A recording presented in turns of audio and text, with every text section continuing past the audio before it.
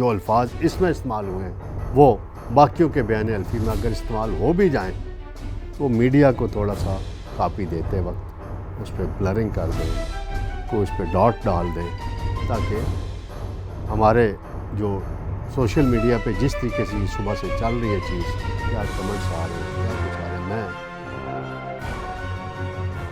بسم اللہ الرحمن الرحیم، میں ہوں طارق سمیر ڈیلی ممتاز ڈیجیٹل کے ساتھ. ناظرین، آج ایک ایسا موضوع پہ میں بات کرنے لگا ہوں کیونکہ جب ہم رپورٹنگ کیا کرتے تھے اخبار کے لیے، پرنٹ میڈیا کے لیے، اور کوئی اغوا کا کیس عدالت میں آتا تھا تو ہم اس میں بہت سی باتیں سنتے تھے. سماعت کے دوران بہت سے الزامات بھی لگتے تھے ڈسٹرکٹ کورٹس میں کی میں بات کر رہا ہوں. تو ہم اس میں الفاظ بڑے ایسا چناؤ کرتے تھے کہ اخبار ماں نے بھی پڑھنا ہے، بیٹی نے بھی پڑھنا ہے، والد نے بھی پڑھنا ہے. آپ میری بات سمجھ گئے ہوں گے کہ معاملہ ہے عمران خان صاحب کی اور بشریٰ بی بی کی عدت میں نکاح کا کیس ہے. اس میں جو خاور مانیکا ہیں، سابق ہسبینڈ ہیں، ان کے ایک ملازم ہیں، لطیف ان کا نام بتایا گیا ہے، جو انہوں نے آج سینئر سیول جج جوڈیشل مجسٹریٹ کے پاس، جناب قدرت اللہ صاحب ہیں ان کا نام، ایک بیان حلفی جمع کرایا ہے. لیکن افسوسناک بات یہ ہے کہ اس کے اندر ڈرافٹ کرنے والوں نے کچھ ایسے الفاظ لکھے ہیں جو سیاسی پوائنٹ سکورنگ کے لیے تو ٹھیک ہو سکتے ہیں، لیکن ہمارے معاشرتی روایات، ہمارے معاشرے کے لیے ٹھیک نہیں ہے کہ وہ ٹی وی پہ جائیں، اخباروں میں جائیں، سوشل میڈیا پہ ان الفاظ کا ہو. تو میں نے اسی سے آغاز کرنا ہے کہ یہ کیا معاملہ ہے. میں آپ کو بتاتا چلوں. ناظرین، غیر شرعی نکاح کیس میں خاور مانیکا کے ایک ملازم ہیں محمد لطیف، انہوں نے ایک بیان حلفی جمع کرایا ہے. اس میں جو الفاظ لکھے گئے ہیں، میں اپنے پروگرام میں وہ الفاظ نہ دہرانا چاہتا ہوں اور نہ دہراؤں گا، بلکہ میں جو الفاظ انہوں نے لکھے ہیں، میں اس کو قابل اعتراض کا ایک لفظ استعمال کروں گا جو ہم صحافتی ضابطۂ کار کے مطابق ہوتا ہے، اس میں کروں گا. اس میں انہوں نے خان صاحب پہ بڑے سنگین الزامات لگائے، اور میں نے آپ کو پہلے ہی بتا دیا کہ خان صاحب نے ابھی کل ہی بتایا تھا اڈیالہ جیل میں کہ میں بشریٰ بی بی کو میں نے اس وقت دیکھا جس دن نکاح ہوا. آج یہ بیان حلفی آ گیا ہے، اور وہ بیان حلفی میں کیا جو خلاصہ ہے وہ تھوڑا سا بیان کر دیتا ہوں. وہ کہتے ہیں خان صاحب پاک پتن والے گھر میں اور جو بنی گالا میں خاور مانیکا نے سن 2001 میں 2002 میں کوئی گھر بنایا تھا، وہاں آتے جاتے تھے. اور ایک دن میں جب کمرے میں گیا تو باقی میں سینسر کر رہا ہوں تو خان صاحب نے مجھے گالیاں دے کر باہر نکال دیا. اس ملازم کا بیان کسی ٹی وی چینل پہ نہیں آیا، کسی اور صحافی کو انٹرویو میں نہیں دیا اس نے بیان، جس طرح خاور مانیکا نے شاہ زیب خانزادہ صاحب کے پروگرام میں طویل انٹرویو دیا تھا. اور یہ بیان اب عدالتی ریکارڈ کا حصہ بن گیا ہے، اور اب دیکھا جائے گا کہ عدالت اس پہ آگے کیسے چلتی ہے. جب ہم ماضی کی کوئی بات کرتا ہوں، رپورٹنگ کیا کرتے تھے عدالتوں میں یا کرائم کی کوئی خبر ہوتی تھی تو اس میں بھی بڑے احتیاط سے الفاظ لکھے جاتے تھے، اور خاص طور پہ لڑکی یا خاتون کا نام نہیں لکھا جاتا تھا. یہ اس حد تک پرنٹ میڈیا کی جرنلزم میں خیال کیا جاتا تھا کیونکہ اخبار ہر ایک نے پڑھنا ہوتا تھا. اب جو یہ آج اس میں جو الفاظ استعمال کیے گئے ہیں بیان حلفی میں تو مجھے سمجھ نہیں آ رہا کہ کیسے اب کیا ہو گیا ہمارے معاشرے کو. اور ایک سیاسی رہنما ہے, اس نے غلط کیا نہیں کیا وہ ایک الگ بحث ہے کہ اس نے صحیح کام کیا یا غلط کیا, وہ تو عدالت میں معاملہ ہے, وہاں فیصلہ ہوگا. لیکن میں یہ محسوس کرتا ہوں کہ ہمارا معاشرتی ڈھانچہ زمین بوس ہوتا ہوا مجھے دکھائی دے رہا ہے. اور اس پر مجھے ایک معروف شاعر ہیں طاہر انفی صاحب, ان کا شعر میں نے ابھی نوٹ کیا ہے, وہ میں پڑھ دیتا ہوں.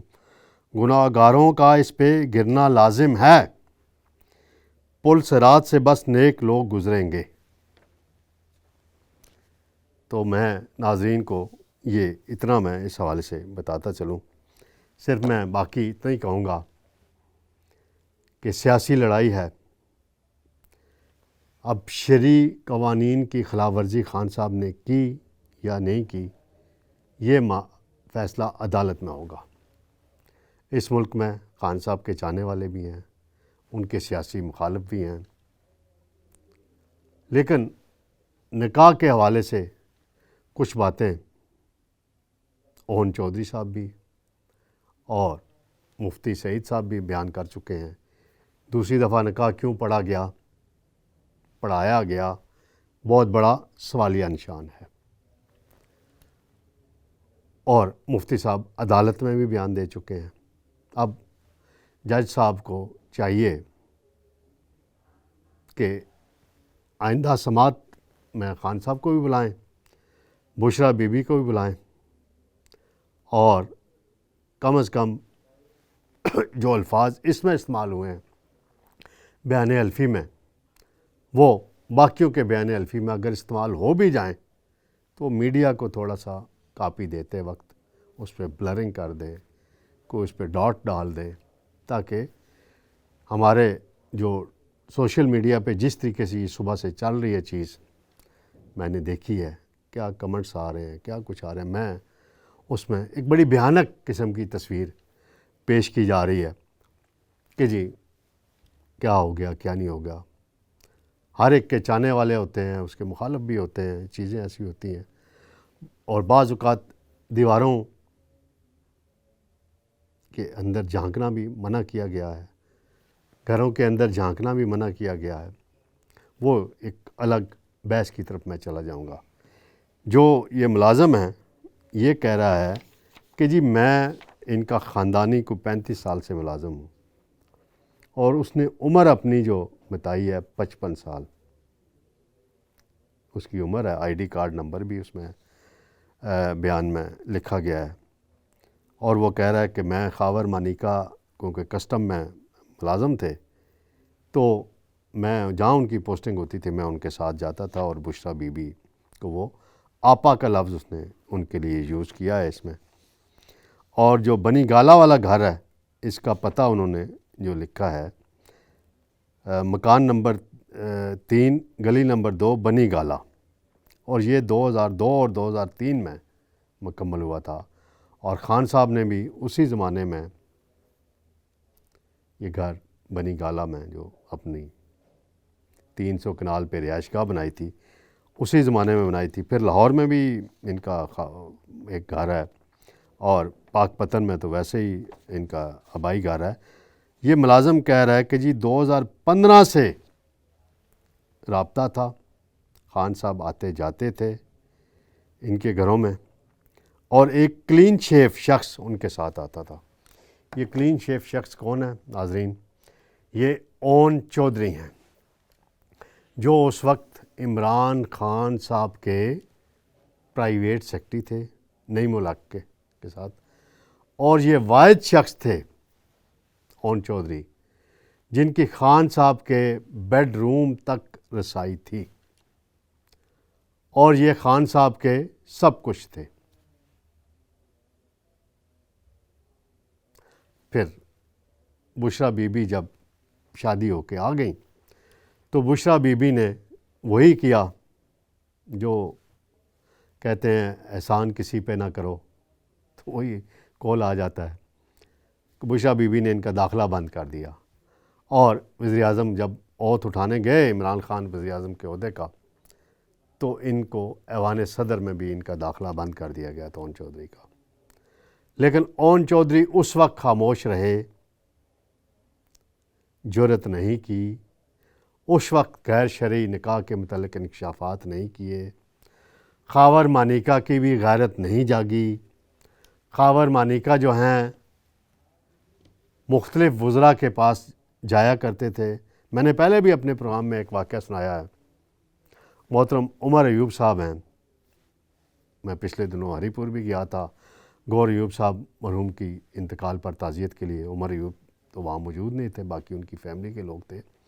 تو میں ایک مرتبہ، وہ منسٹری انرجی ہے، توانائی منسٹری ہے، وہ اس کے وزیر تھے، میں ان کو ملنے گیا تو عموماً کوئی رکاوٹ نہیں ہوتی تھی، کیونکہ میرا تعلق واسطات بہت اچھا تھا گور ایوب صاحب سے، اور عمر ایوب اس وقت اسٹوڈنٹ ہوا کرتے تھے۔